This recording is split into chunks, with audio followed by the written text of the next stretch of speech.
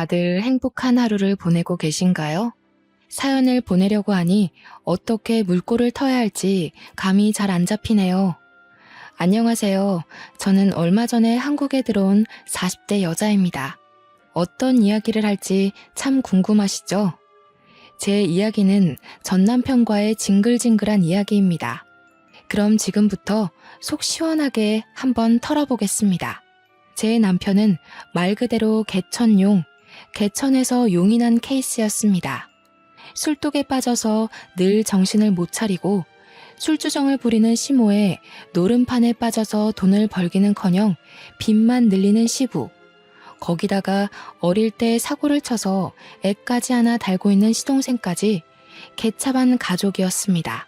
그중 유일하게 정상으로 보이는 게 제 남편이었죠. 그런 가정 환경을 가진 남자와 결혼을 했다고 하니 주위에서는 모두 저에게 이혼을 하라고 했습니다. 저보고 불쌍하기는커녕 오히려 멍청이라고 부르더라고요. 사실은 몰랐습니다. 남편의 집이 그런 개차반인지 상상도 못했어요. 남편은 저에게 고아라고 했고 고아원에서 자랐다고 했습니다. 그래서 우리 집에서는 오히려 쌍수를 들고 환영을 했죠. 귀한 딸 시집살이 시킬 시댁이 없다고 하니 얼마나 좋았겠어요. 남편은 저를 속이려고 속였던 게 아니라고 했습니다. 실제로 고아원에 어릴 때 맡겨서 성인이 되어 고아원에서 쫓겨날 때까지 수모를 참으며 살았다고 했습니다. 공부를 제대로 시켜주지 않아서 혼자 친구들이 버린 문제집을 주워다가 지우개로 박박 지워가며 공부를 했다고 했어요. 그래서 제 남편은 변호사가 되었고 저보다 저희 아버지를 먼저 알게 되었습니다. 저희 아버지는 국내에서 내노라 하는 불굴의 탑 10대 변호사 사무실 안에 들어가는 법무법인의 대표였습니다. 아버지께서는 판사로 임용이 되어 법원에 오래 자리를 잡고 계시다가 판사직을 내려놓고 변호사가 되셨죠. 운 좋게 굵직한 사건들을 맡아 해결을 하신 이후 사무실은 점점 커졌고 지금은 모든 분야에서 탑이라고 일컫는 법무법인을 운영하십니다. 아버지께서는 정치계 쪽에도 기업인들 사이에서도 인기가 많은 변호사였습니다. 그런 아버지의 눈에 제 남편이 어떻게 눈에 들어왔는지 궁금하시죠? 우리 남편은 아주 뚝심 있는 국선 변호사였습니다. 아주 진창으로 나락으로 가난한 사람들을 대변하는 그런 변호사였어요. 뚝심이 어찌나 강한지 주위에서 아무리 흔들어도 꿈쩍없는 사람이었습니다. 아버지께서는 그런 제 남편을 너무나도 마음에 들어 하셨고 하루라도 빨리 본인의 사무실로 스카우트하고 싶어 하셨습니다. 몇 번의 제의를 했지만 그때마다 거절을 당하셨다고 했어요. 남편은 가난한 사람들을 도와주고 싶다고 커다란 회사에 들어가 굵직한 사건만 맡으면 소외된 사람들은 누가 변호해주냐고 했다고 하더라고요. 그러면 그럴수록 우리 아버지의 마음에는 가득히 제 남편이 담겼다고 했습니다. 그날은 어머니의 심부름으로 아버지께 물건을 가져다 드리러 사무실에 방문한 날이었는데 그날도 아버지께서는 제 남편을 회유하러 부르셨어요. 남편은 거절을 하고 나오고 저는 아버지의 사무실로 들어가는 순간 마주쳤습니다. 저는 남편에게 정말 한눈에 반하고 말았습니다. 아버지의 사무실에서 멀끔하게 나오는 그 모습에 두 눈을 빼앗기고 말았습니다. 저는 아버지께 당장 달려가 저 사람은 누구냐고 물어보았죠. 아버지께서는 아주 뚝심이 있는 남자라면서 저에게 모든 이야기를 해주셨어요. 스카우트하고 싶은데 죽어도 넘어오지 않는 사람이라면서요. 저는 그날 하루 본 제 남편의 얼굴이 잊혀지지 않아서 시름시름 앓았습니다. 이게 바로 상사병이라는 걸까요?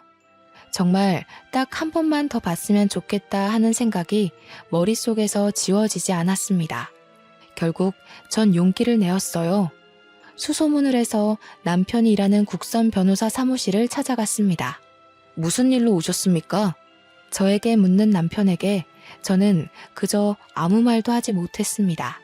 제가 무슨 사정이 있나 보다 하고 잠자코 저를 기다려 주었는데 그 모습도 너무 강단 있어 보이고 멋있더라고요.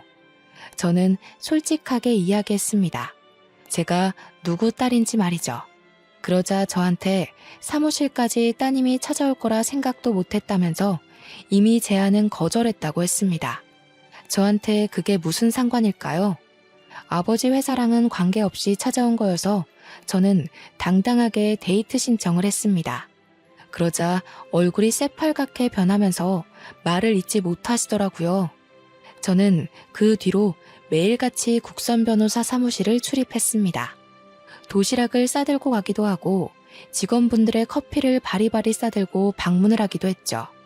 처음에는 부담된다며 거절하더니 제가 들은 척도 안 하고 계속 방문하자 포기한 듯 싶었습니다.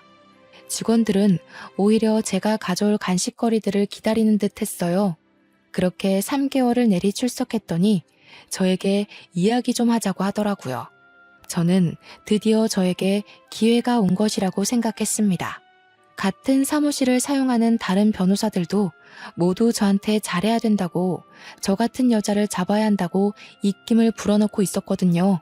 솔직히 우리 어머니께서 아버지에게 얼마나 지극정성인지 크고 잘하면서 배웠기 때문에 저도 내조만큼은 정말 잘할 수 있었어요. 든든한 처가의 뒷배까지 생기는 건데 당연히 저를 잡아야 하는 거 아니겠어요? 그런데 제 남편은 저를 불러내어 아주 음울한 이야기들을 쏟아내었습니다. 나는 고아예요. 우리 부모는 나를 버려두고 방치했고 결국 고아원에 가게 되었습니다. 지긋지긋한 사람들이었어요. 당신은 항상 행복하고 예쁜 것만 보고 자랐을 거 아닙니까?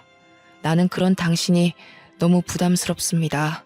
저에게 솔직하게 이야기한다면서 제가 부담스럽다고 하는데 눈물이 왈칵 터지더라고요. 그러더니 뒤돌아서 사무실에 들어가 버리더라고요. 저는 이대로 제 사랑을 접어야 하나 했습니다. 처음에는 너무 가슴이 아파서 숨을 쉴 수조차 없었어요. 하루가 가고 이틀이 가자 배가 고프고 의욕이 생기더라고요. 10번 찍어서 안 넘어가는 나무가 없다고 하잖아요. 딱 3일째 되는 날부터 다시 남편의 사무실에 얼굴 도장을 찍기 시작했습니다. 그리고 남편이 저를 쫓아내려고 하는 순간 정면 돌파를 했어요.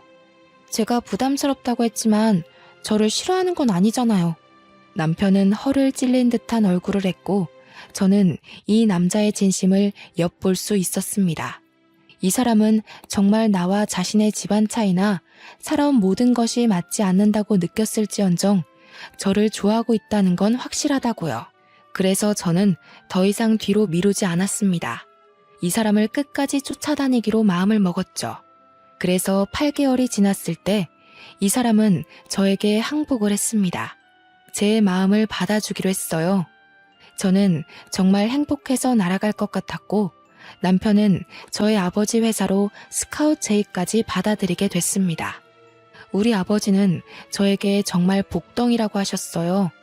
우직한 남편이 아버지의 사무실에 입성하자 아버지는 정말 평생 소원 다 이뤘다는 말을 하셨죠. 저는 이때다 싶어서 남편과 연애 중이라는 사실을 밝혔고 아버지는 아주 놀라워하시면서도 축하를 해주셨어요. 우리 남편이 고아라는 사실을 저희 부모님께서 쌍수 들고 환영했다고 하셨잖아요. 아버지께서는 당장 결혼이라도 하라며 저희를 응원해 주셨습니다. 그래서 저희는 결혼을 준비했어요. 남편이 국선 변호사로 일하면서 모아둔 돈이 별로 없었기에 저희 아버지께서 통 크게 사무실 근처에 아파트를 하나 사주셨고요. 어머니께서는 혼수를 채워주셨습니다. 남편은 너무 면목 없다며 늘 우리 집에 와서 죄인처럼 굴었지만 부모님께서는 남편에게 당당하게 굴으라고 하셨습니다. 어디 가서 절대 뒤처지지 않는 땡땡 법무법인의 변호사라고 기죽지 말라고 하셨어요.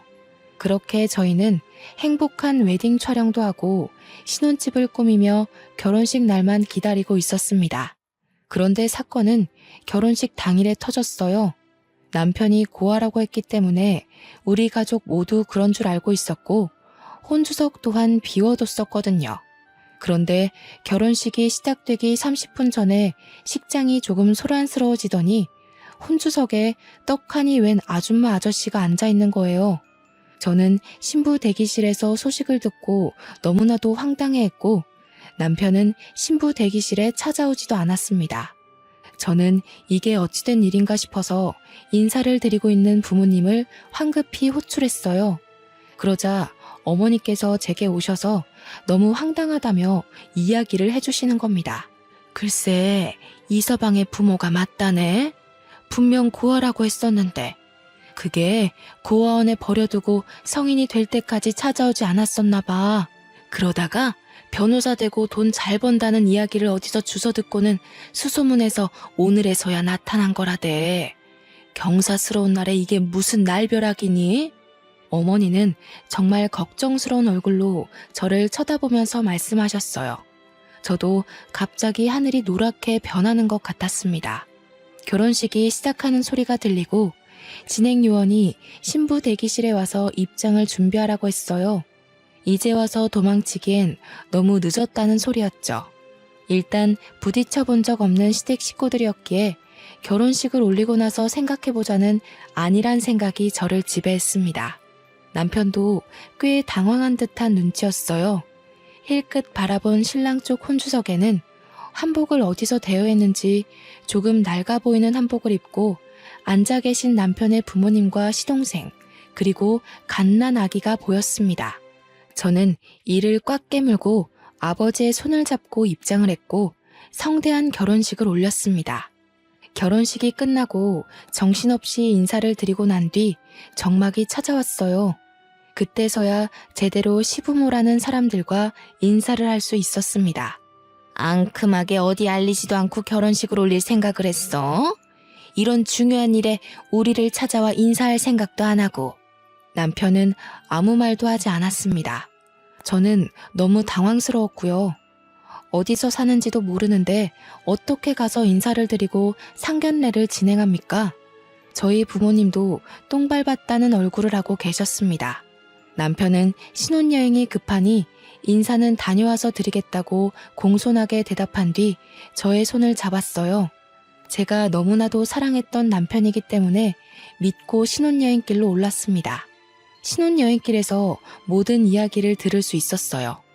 고아원에서 지낼 때 고아원 원장이 은근슬쩍 친부모에 대해 이야기를 해준 적이 있었다고요. 공부를 잘하니 성인이 되면 한몫할 거라고 넌지시 던졌다고까지요. 친부모란 사람은 아이를 버린 것도 모자라 어린 시동생만 데리고 키우면서 남편에게 빌붙을 준비를 하고 있었던 거였어요. 결국에 변호사가 되고 고아원에 찾아가 수소문을 해서 얼마 전에 연락이 왔다고 했습니다. 남편은 결혼을 한다고만 이야기했고 결혼식까지 찾아온 건 시부모가 스스로 한 거라고요.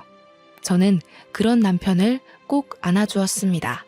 저라면 친부모고 나발이고 고생할 때 지원은커녕 애를 버리기까지 했는데 그런 사람들이랑은 인연 자체를 끊을 것 같거든요. 그런데 남편은 그래도 낳아준 부모라면서 고아원에 맡겨지기 전까진 행복했던 기억들도 있다고 그 사람들과의 인연을 끊지 못했습니다. 그러면서 눈물을 흘리기 시작하는데 저는 안쓰러운 마음이 들면서도 왜 끝끝내 저에게 고아라고 말을 했는지 의문이 들었어요. 미리 언질이라도 해주었으면 결혼을 조금 미뤘을지도 모르죠. 아니면 제가 시부모를 찾아가서 이야기를 듣고 오해를 풀 시간이 충분했을지도 모르고요. 상견례 한 번 한 적 없는 시부모라는 사람이 결혼식 당일에서야 갑자기 나타나 행색만 겨우 맞추고 혼주석에 앉아 있었다고 생각해보세요. 미리 알았으면 한복이라도 제대로 해드렸을 텐데 우리 부모님이랑 얼마나 비교가 되었겠습니까? 소매가 다 낡아 빠진 한복에 누렇게 변해버린 와이셔츠에 어디서 빌렸는지 기장도 맞지 않은 정장을 입고 나타난 시부모.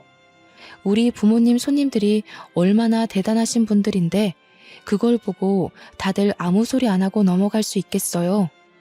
다들 우리 집에 대해 욕을 하느라 바빴겠죠. 부모님도 정말 당황하셨을 거예요. 저는 다른 것보다 그게 더 마음이 쓰이더라고요. 아무튼 남편은 저에게 앞으로는 못 볼 걸 보여주지 않겠다고 약속했지만 이미 남편의 표정에는 근심이 가득했어요. 부모님이 어떻게 지내실지 궁금했겠죠. 남편도 정말 20년 만에 만난 부부라며 안절부절 가만히 있질 못하더라고요. 신혼여행의 즐거움은 아주 잠깐이었습니다. 그렇게 서울로 돌아와 신혼집에 들어갔는데 시부모란 사람이 신혼집 구경은 언제 시켜주냐고 연락이 왔습니다. 남편은 집으로 초대를 해도 되겠냐고 물었고 솔직히 친부모인데 제가 거절할 수 없어서 알겠다고 했습니다. 부지런하게 집들이 음식을 만들고 시부모를 초대했습니다. 그 자리에는 당연히 어린 시동생과 갓난 아이까지 오게 되었고요. 집이 아주 궁전이네. 방이 2개만 더 있었어도 우리랑 둘째까지 같이 사는 건데. 저는 그 말에 입을 떡 벌렸죠. 신혼집인데 어떻게 시부모를 모시고 살겠어요? 거기다가 시동생까지요? 제가 남편의 옆구리를 쿡 찌르자 남편은 안 될 소리라고 하면서 지금은 어디 사시느냐 묻더라고요. 저는 그 말을 왜 붙이나 했어요. 지하 단칸방이라도 산다고 그러면 우리 집으로 모실 것 같은 기세였거든요. 남편은 분명 저에게 피해가는 일 없게 하겠다고 호언장담했는데 실제로 친부모를 보니까 그 다짐은 어디다 팔아먹은 건지 우유부단하게 굴었어요. 그러자 시동생이 불쑥 끼어들어서 말을 하더라고요. 우리 그냥 다 쓰러져가는 빌라에 옹기종기 모여 살지. 나야 뭐 애까지 있으니까 그렇다 쳐도 엄마 아빠는 여기 살아도 되지 않나 형? 방 남지 않아? 저기 있는 방. 저기는 우리 아이가 쓸 방이에요. 임신 계획이 있기 때문에 아이를 위해 비워뒀어요. 그럼 애 태어나기 전까지만 같이 살면 되잖아. 우리 엄마 애 잘 보는데. 아니, 애를 잘 봐서 고아원에다가 애를 맡기고 술독에 빠져 산답니까? 저는 남편을 째려봤어요. 그러자 남편이 시동생에게 그만하라며 여기 친정에서 해주신 신혼집이라고 하더라고요. 그래서 사돈 어른 댁은 뭐하는 집안인데 부자야? 제가 지금 다니는 변호사 사무실 대표님이세요. 어마마, 그럼 엄청나게 부자 아냐? 내가 고아원 가서 이야기 들으니까 너 엄청 좋은 데 취직했다던데. 우리 며느리가 복덩이네, 복덩어리야. 우리도 그럼 집 한 채 해주나? 저희 집에서 왜 집을 해드려요? 저희 신혼집도 친정에서 해주신 거예요. 제가 정색을 하고 이야기하자 시부모도 시동생도 입을 꾹 다물었어요. 생긴 게 동글동글해서 사납게 굴 거라곤 생각 못 하셨나 보더라고요. 저는 재빨리 음식을 내왔고 음식이 모두 동나자 피곤하다는 핑계로 시댁 식구들을 내쫓았습니다. 남편은 시댁 식구들이 사라지고 나서야 저에게 미안하다고 사과를 했어요. 제가 당신 정말 좋아해서 쫓아다닌 건 맞지만 이런 상황까지 예상했던 건 아니에요. 앞으로 당신이 제대로 처신했으면 좋겠어요. 남편은 알겠다고 고개를 끄덕였어요. 처음의 바램처럼 제대로 된 바람막이가 되어주겠다고 약속했습니다. 하지만 뻔뻔하기 그지없는 시부모들은 저에게 아주 갖은 요구를 해댔습니다. 처음에는 아주 불쌍하게 이야기를 했어요. 당장 뜨끈한 쌀밥이 먹고 싶은데 돈이 없으니 10만 원만 보내달라고 하더라고요. 10만 원이 없어서 허덕이진 않았기 때문에 처음에는 그냥 보내드렸죠. 그런데 매주마다 요구를 하시는 거예요. 10만 원씩. 그러더니 시간이 좀 지나니 달마다 용돈을 달라고 하시더라고요. 50만 원. 매달 50만 원만 붙여주면 우리가 너네 살림에 절대 간섭 안 하마. 우리도 돈을 벌긴 벌고 있는데 손주까지 키우려니 살림이 워낙 빠듯해서 그래. 저한테 비굴하게 비는데 매몰차게 거절할 수가 없었어요. 그래서 매달 50만 원씩 남편이 주는 생활비에서 뚝 잘라 보내주기 시작했습니다. 한동안은 잠잠하던 시댁 식구들은 3개월쯤 지나자 본색을 드러냈어요. 지금 살고 있는 빌라가 너무 낡아서 난방도 제대로 안 되고 비도 샌다면서요. 저에게 집 수리를 좀 해줄 순 없냐고 하는 거예요. 저는 그 낡은 빌라를 고쳐봐야 얼마나 들겠나 싶어서 알겠다고 했어요. 뭐 예단비 대신 드린다고 생각하면 되겠지 하고 생각했어요. 그런데 글쎄 인테리어만 한 게 아니라 가전제품도 싹 바꿨더라고요. 뻔뻔하게 저에게 4천만 원을 달라고 하는데 비가 들이치는 부분 메우고 벽지만 발랐다면서 4천만 원이 말이 되느냐고 되물었죠. 그랬더니 너무 당당하게 말을 하시는 거예요. 아니, 벽지를 싹 발라놓으니까 우리 낡은 가구들이 눈에 거슬리잖아. 부자 며느리 좋다는 게 뭐니? 이럴 때 딱 돈 쓰는 거지. 제가 아직도 친정에서 용돈 받아다 쓰는 줄 아셔요? 이거 다 그의 지갑에서 나오는 거예요. 그의 용돈 줄여서 할부로 갚아야 하니까 그런 줄 아세요. 얘야 얘야 하고 애타게 저를 부르는 소리가 들렸지만 무시하고 전화를 끊었습니다. 제가 친정에 말해서 4천만 원 빌리는 거야 어렵지 않죠. 꾸준히 제가 모아왔던 돈들도 있고 그거야 어려운 거 아니지만 그래도 저한테 당당하게 요구하는 꼴이 마음에 들지 않았어요. 제 남편에게 문제집 한 건 사줘본 적 없는 사람들이 무슨 염치로 집을 저렇게 다 뜯어 고치는지. 그러나 시부모만 뻔뻔한 게 아니었습니다. 이제 갓 군대에서 전역한 시동생은 더욱 파렴치한 놈이었죠. 시동생에게 어린 아이가 있다고 했잖아요. 군대에서 휴가 나왔을 때 여자친구를 임신시켰는데 여자친구가 애만 덜렁 시댁에 두고 사라졌다고 하더라고요. 아직 앞날이 창창한 20살이라 아이를 키울 자신이 없다고 애만 두고 떠났다고요. 고아원에 버리겠다고 난리를 친 시부모를 시동생이 설득했대요. 그 이야기만 듣고 제정신이 박힌 사람이구나 싶었는데 아니더라고요. 군대 제대하고 나서부터 애는 뒷전이고 맨날 PC방에서 담배 피고 술집 가서 술 먹고 노느라 바빴대요. 그래서 애가 아빠를 보고도 낯설어 한다고 하더라고요. 그런 시동생이 저한테 애를 데리고 다니는데 불편해서 그런다며 차를 사달라고 하더라고요. 그걸 왜 저한테 말하는지 이해가 되지 않아서 남편이랑 상의해보라고 했죠. 우리 형 아시잖아요. 고아원에서 힘들게 산 거. 그런데 어떻게 형한테 차까지 사달라고 해요? 그럼 얼굴 3번도 안 본 형수한테 차 사달라고 하는 건 되고요. 스스로 일해서 돈 벌어 사세요. 이야기 들어보니까 맨날 집에서 게임하고 술 먹는다고 하던데 애를 위해서 사는 게 맞아요? 시동생은 형수 너무하네, 있는 사람이 더하다던데 궁시렁거리면서 전화를 끊었습니다. 저는 화가 나서 남편이 퇴근하고 돌아오자마자 이야기를 했어요. 당신의 가족들이 나한테 자꾸 이것저것 요구하는 거 알고 있냐고 이야기를 하니 전혀 몰랐다고 하더라고요. 그러면서 저한테 용돈을 드리고 있는데 그걸로 부족한가? 하는 거예요. 제가 매달 50만 원씩 드리는 거 그거 남편한테 말한 적이 없었거든요. 놀래서 남편에게 50만 원 드리는 거 알고 있었냐고 하니까 뭔 소리냐고 되묻더라고요. 아니, 50만 원은 또 무슨 말이야? 내가 매달 100만 원씩 보내드리고 있는데 당신이 돈을 또 보내드리고 있었어? 저는 완전 뒤통수 맞은 기분이었어요. 매달 150만 원씩 저희 부부에게 갈취를 하고 있었던 거죠. 그것도 아주 교묘하게요. 그러면서 인테리어 해달라, 가전 바꾼다, 돈 뜯어가고 차까지 사달라고 했던 거예요. 저는 남편을 쥐잡듯이 잡았습니다. 얼마나 우습게 보였길래 이런 식으로 가족이라는 사람들이 뒤통수를 치냐고요. 그러자 남편이 저한테 버럭 화를 내더라고요. 아무리 그래도 자기 가족을 너무 우습게 보는 거 아니냐면서. 저는 너무 어이가 없었습니다. 지금 사기 결혼 당한 기분을 맞게 하는 게 누군데 나한테 화를 내는지, 속된 말로 남편까지 다 짜고 친 거 아닌가 하는 생각까지 들었어요. 그렇게 며칠 동안을 남편과 냉전 상태로 지냈습니다. 솔직히 저도 먼저 화해하고 싶은 생각이 전혀 들지 않았고 남편도 계속 고집을 부리고 있었습니다. 저에게 자기 가족을 사기꾼 취급한 걸 사과하라고 하더군요. 저는 끝까지 하지 않았어요. 고아원에 갖다 버린 부모 뭐가 그리 불쌍하고 안타까워서 저러는지 이해가 가질 않았습니다.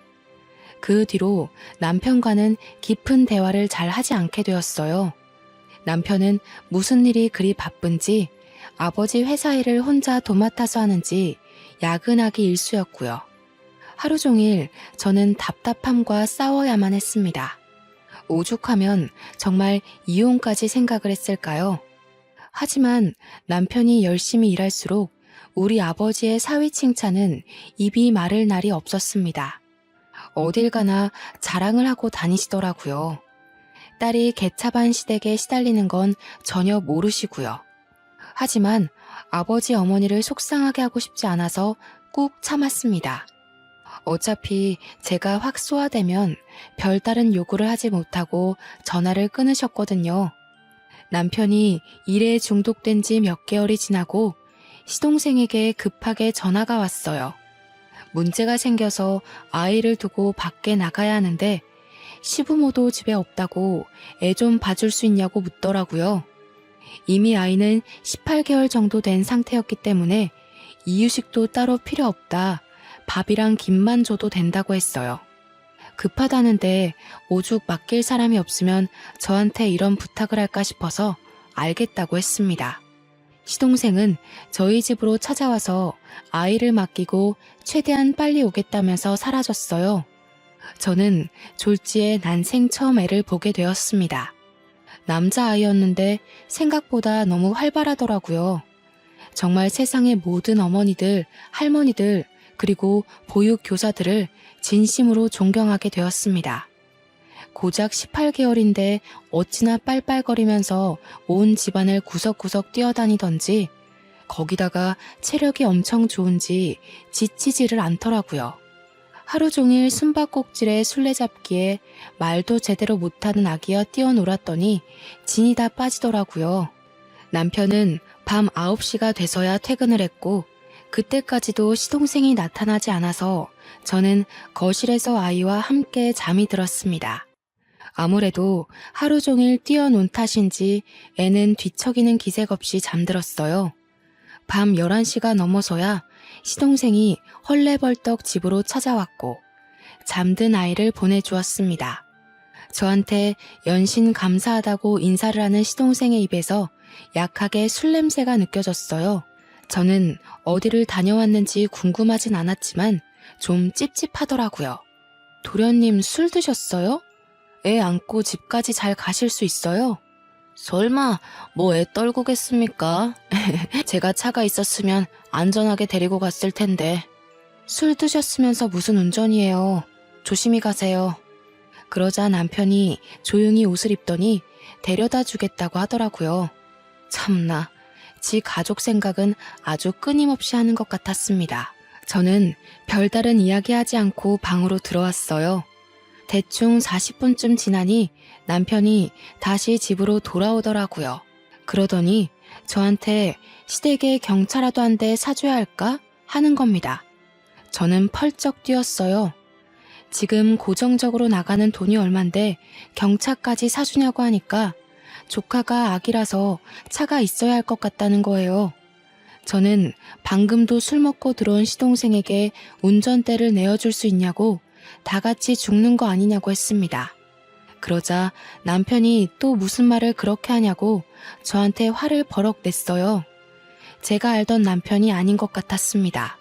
우직하고 강인하고 누구보다 남을 배려하며 살았던 남편이었는데 약한 사람들을 위한 변호사가 될 거라고 했었는데 말이죠. 결국 남편은 중고차로 소형 세단을 시댁에 사주었어요. 경차를 사주겠다고 하더니 소형 세단을 사준 거 보고 저는 혀를 끌끌 찼습니다. 그렇게 차까지 사주고 나니 남편이 분명 용돈 남는 거 하나 없어야 하는데 이 남자 자꾸 어디서 돈을 쓰더라고요. 시댁에 소고기를 보내고 조카를 준답시고 몇십만 원짜리 장난감을 사주고 저는 아버지에게 슬쩍 남편의 연봉이 올랐냐고 물어봤는데 그건 아니라고 했어요. 원래도 잘 벌긴 했지만 그래도 저희가 매달 청약도 들고 적금도 있고 고정 생활비에 지출비도 있고 시댁에 150만 원씩 용돈도 드리고 하다 보니 남편이 유동적으로 쓸 수 있는 현금이 부족하긴 해야 하는데 이상하게 화수분처럼 돈을 꺼내더라고요. 슬슬 찜찜해지기 시작했죠. 그렇게 또 2달이 흐르고 시동생은 간간히 저희 집에 아이를 맡겼어요. 조카가 절 좋아한다는 말도 안 되는 이야기를 들이밀면서 애를 맡기더라고요. 처음에는 한두 번이니까 알겠다고 좋은 마음으로 아이를 봐주었는데 이게 시도 때도 없이 그러니까 저도 싫더라고요. 주말에 남편이랑 데이트라도 할라 치면 조카를 데려오질 않나. 평일에도 불쑥 찾아와서 1시간만 맡아주세요, 2시간만 맡아주세요 하는데 제가 무슨 보모라도 된 기분이었습니다. 그래서 하루는 집에 없는 척을 했어요. 배를 여러 번 누르고 문도 쾅쾅 두들기다가 집에 진짜 없나? 하면서 조용해지더라고요.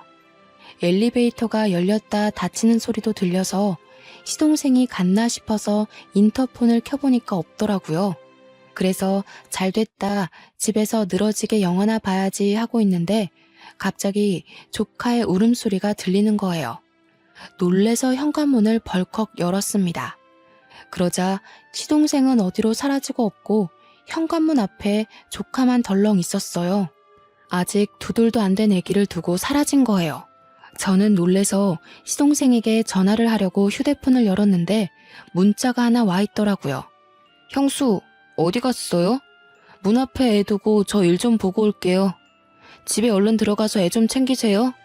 저는 정말 너무너무 빡쳤습니다. 그래서 바로 아이를 데리고 집에 들어와 시동생에게 전화를 걸었습니다. 전화를 당연히 받지 않더라고요.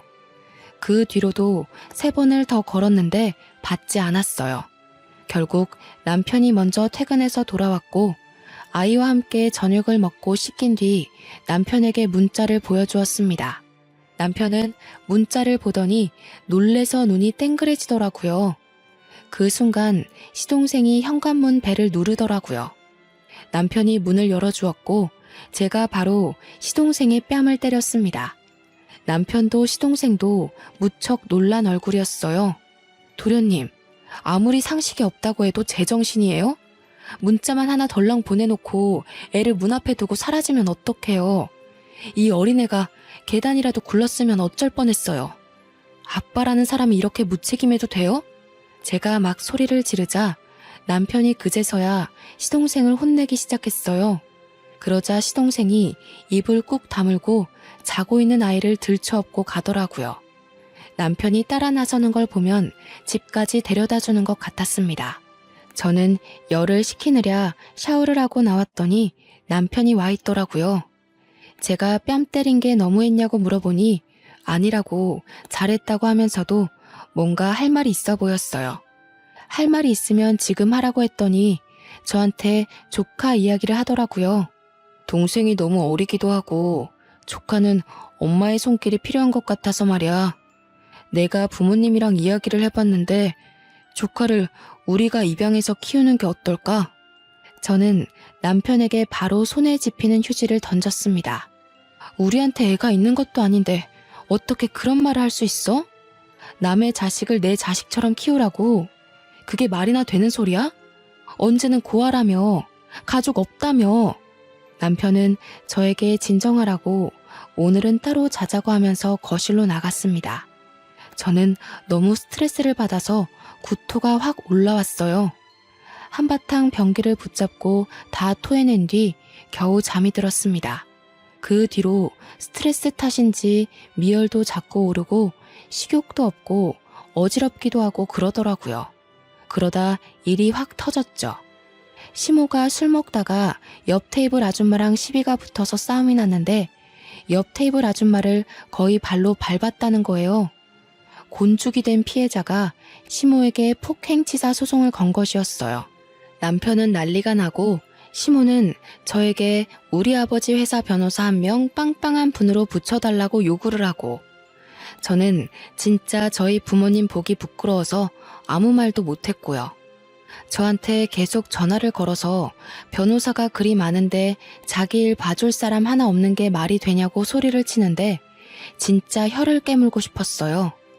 시부는 저한테 아들이랑 시모 몰래 50만 원만 빌려주면 100만 원으로 불려서 갚겠다는 헛소리나 하고요. 개버릇 남 못 준다더니 시부는 아직도 노름질을 하고 있고 시모는 술독에 빠져 살고 있었습니다. 남편은 하루하루 말라가고 있었어요. 안쓰러워서 보듬어 주고 싶다가도 지 가족 챙기는데 힘쓰는 걸 보면 정내미가 뚝 떨어졌습니다. 그러다가 문득 알게 되었습니다. 제가 생리를 하고 있지 않다는 사실을요. 저는 바로 약국에 가서 임신 테스트기를 했고 선명한 두 줄을 확인했습니다. 이걸 경사라고 해야 할지 악재라고 해야 할지 너무나도 두려웠어요. 남편에게 점점 신뢰를 잃어가는 와중에 덜컥 임신이라뇨. 하지만 산부인과에 가서 8주가 됐다는 소견을 받고 아이의 심장 소리를 들으니 모성애가 생기더라고요. 어떻게 해서든 내 아이만큼은 정말 제대로 번듯하게 사랑만 주면서 잘 키워야겠다. 그런 생각이 들었습니다. 그런데 병원에서 제 자궁이 약하다고 하더라고요.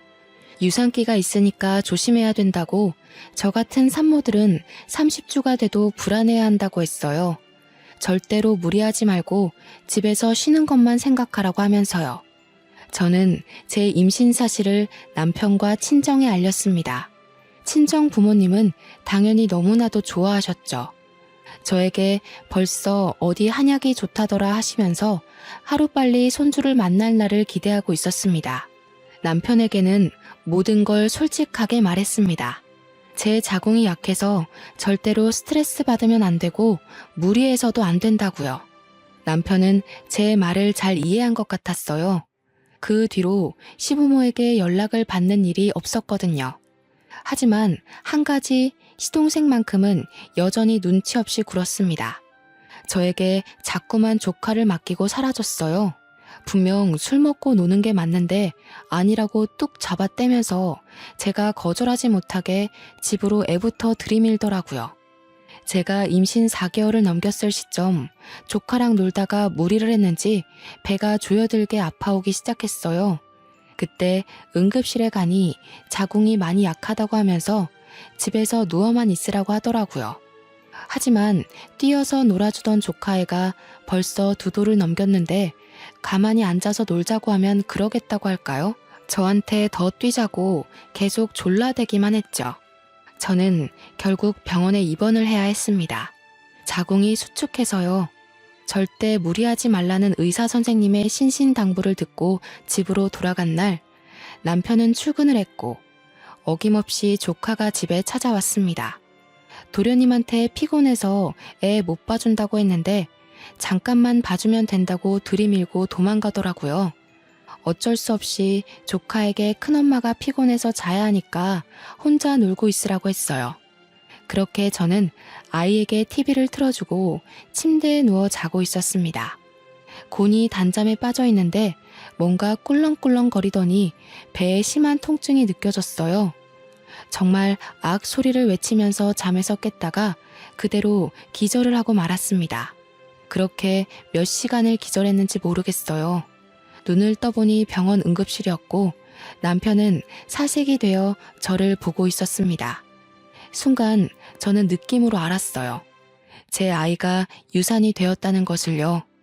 조카가 제가 잠든 사이 제 배 위로 점프를 했고 그 충격으로 인해 아이가 유산이 된 것이었습니다.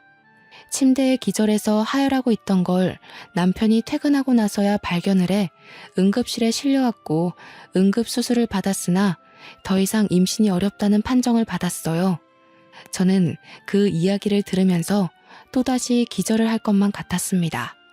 충격에 하염없이 눈물만 흘렸고 제 옆을 지킨 부모님과 남편도 눈물만 흘리고 있었어요.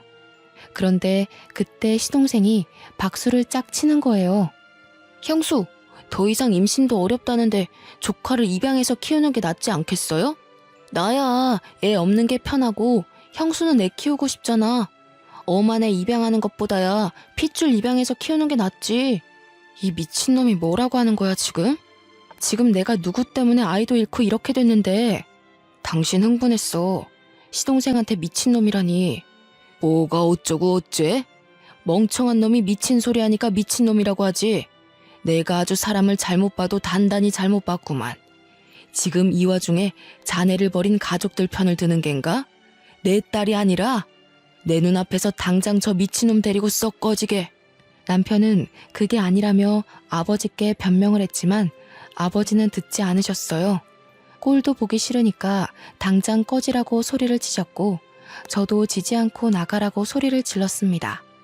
저는 남편과 시동생이 나가자 아버지께 당장 이혼하겠다고 말씀을 드렸어요. 아버지는 제 손을 꼭 잡으며 일단 몸조리에 신경 쓰고 이혼은 그 다음에 바로 진행하자 하시면서 미안하다고 하셨습니다. 자기가 사람 보는 눈이 너무나도 부족했다면서 제 손을 잡고 그렇게 한참을 우셨어요. 저는 부모님을 위로하며 같이 울었습니다.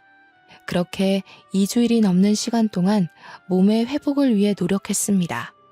자궁 초음파를 통해서 자궁 안에 남겨진 찌꺼기까지 깨끗하게 청소하고 제 난소도 확인하고 임신이 어렵다는 판정은 번복되지 않았지만 저는 심리치료까지 병행하며 마음을 다스렸어요. 그리고 집으로 돌아와 남편에게 이혼을 하자고 이야기했습니다. 남편은 당연히 절대 이혼 못 해준다고 했죠. 이혼을 못 해준다니 아쉽네. 그럼 소송으로 진행할게. 이 집은 부동산에 내놨으니까 하루라도 빨리 짐 빼는 게 좋을 거야. 명의가 내 건 거 알고 있지? 당신이 재산에 기여한 부분이 어느 부분인지 모르겠지만 그건 판결 나오는 대로 처리해 줄게. 남편은 제 손을 잡고 다시 생각해보라고 했지만 저는 뿌리쳤습니다. 2번 생각할 겨를이 없는 확신에 찬 이혼 소송이었어요. 아버지는 바로 사무실 최고의 변호인단을 꾸려 제 소송을 준비해 주셨습니다. 그런데 일이 생각보다 아주 쉽게 풀렸어요. 남편이 월급이 오른 것도 아닌데 시댁에 돈을 쏟아부었었잖아요. 그게 알고 보니 아버지 회사 각종 거래처에서 뒷돈을 다 받고 있었던 거예요. 거절된 의뢰들도 몰래 수임해서 수임료 챙기고 아버지 로펌 이름을 걸고 갑질을 하고 있었던 거죠. 접대도 받고 뒷돈도 받고. 근데 그게 거래처의 장부에서 발견이 되고 수천만 원을 받은 것이 들통이 났습니다. 아버지께서는 그 증거들을 모조리 파헤쳐서 이혼 소송과 별개로 횡령으로도 소송을 걸었어요. 남편은 구속 위기에 처하자 저를 찾아와 울고불고 빌면서 이혼 바로 해주겠다고 용서를 해달라고 했죠. 하지만 전 이미 1번 기회를 줬잖아요. 2번 주기 싫었습니다. 소송은 소송대로, 이혼은 이혼대로 진행이 되었고 아버지의 로펌 간판 덕분인지 일사천리로 진행이 되었습니다. 재산 분할할 것도 전혀 없었던 게 남편이 횡령으로 고소가 되었고 그 횡령한 돈을 시댁에 쏟아부은 정황도 발견되었기 때문이었죠. 벌금도 된통 맞은 것도 모자라 변호사 자격 정지까지 받았으니 쌤통이죠. 인과응보라고 하나요? 결국엔 다 자기 업보로 돌아오게 되어 있습니다. 자기들이 버린 첫째 아들은 결국 또 처가댁에서 버려졌고요. 변호사라는 타이틀에 들러붙었으나 지금은 자격정지 먹고 손가락만 쭉쭉 빨고 있고요. 저는 유산과 이혼이 모두 정리된 이후 해외에 나와서 물 맑고 공기 좋은 곳에서 몸을 회복했어요. 지금 스위스의 로잔이라는 도시에 온 지 2년이 넘었는데 참 한적하니 좋습니다. 늘 풍경은 다채롭고 제 마음의 감정을 잘 다스려주고 있습니다. 내일은 또 어떤 자연이 저를 감싸줄지 아주 기대가 돼요. 날이 점점 추워지고 있습니다. 감기 조심하시고 항상 행복하게 좋은 것만 보고 지내셨으면 좋겠어요. 저도 곧 한국에 들어갈 예정이라 또 다른 저의 여정이 기대가 되네요. 제 이야기 들어주셔서 감사합니다.